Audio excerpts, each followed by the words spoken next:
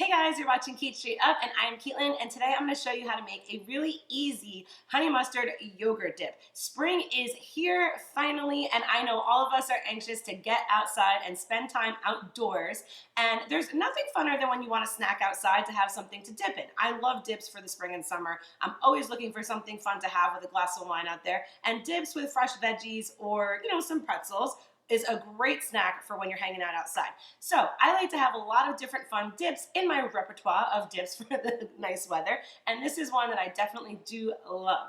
It is a simple and healthy Greek yogurt honey mustard yogurt dip, and I think you're gonna love it because it only has 3 ingredients. So we're gonna start with a Siggi's whole container of Siggi's plain Greek yogurt. Any Greek yogurt works. This is just me and my husband's personal favorite brand. And just put that in a mixing bowl, and then you're going to add 1 entire jar of a brown spicy mustard. I have an organic mustard, but you don't need that.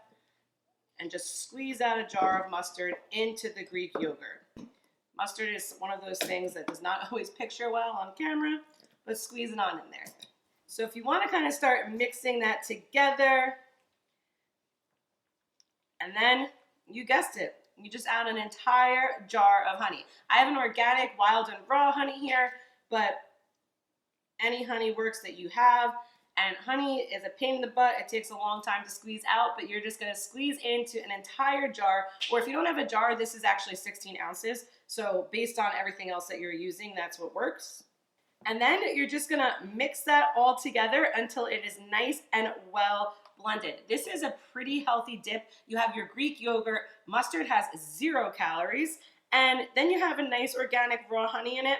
It goes great with pretzels or fresh veggies. And I even use this sometimes like on sandwiches or paninis or wraps. You can use it to dip like chicken nuggets in. It really is a versatile dip. So as you can see, this recipe does make a lot. So you could put it in multiple containers in your fridge and store it that way. And you could even freeze it if you want to have a little bit stored in your freezer for a day when you don't feel like doing anything, though this is pretty easy. Make sure to subscribe to Cait Straight Up for more fun recipes like this one. Find me on Instagram, Cait Straight Up Cooking, and I will see you next time, guys. Bye-bye.